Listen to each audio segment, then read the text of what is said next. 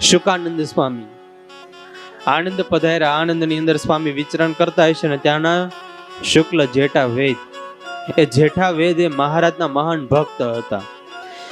આ જેઠાભાઈ એના પિતાનું નામ હતું કૃષ્ણભાઈ. એ ઘણા દિવસથી બીમાર હતા.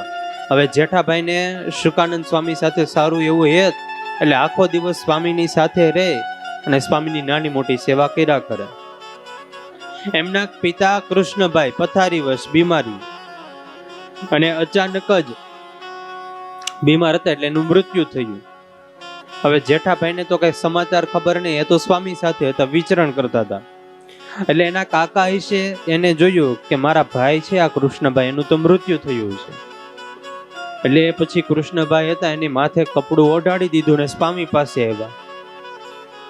આવીને શુકાનંદ સ્વામીને પ્રાર્થના કરી, સ્વામી અમારા ભાઈ આ જેઠાભાઈના બાપા કૃષ્ણભાઈ મૃત્યુ પામ્યા છે, તમે કઈ કૃપા કરો, દયા કરો. સ્વામી જોયું કે આ જેઠાભાઈ અમારી દોડી દોડીને બહુ સેવા કરે છે અને અચાનક જ એના પિતા કૃષ્ણભાઈ મૃત્યુ પામ્યા છે. એટલે સ્વામીએ મહારાજની પ્રસાદીનો હાર હતો એ હાર આપ્યો. લ્યો ભગવાનને યાદ કરીને આ હાર પહેરાઈ દેજો, જેઠાભાઈ પાછા જીવતા થશે. કૃષ્ણભાઈ પાછા જીવતા થશે. પછી દીકરો જેઠાભાઈ ને એના કાકા બંને ઘરે આવ્યા. કૃષ્ણભાઈને ભગવાનનો હાર મહારાજને યાદ કરીને પહેરાવ્યો અને થોડી વાર થઈ ત્યાં તો જેઠાભાઈ પથારીમાંથી જીવતા થઈ ગયા, પાછા સાજા નરવા થઈ ગયા.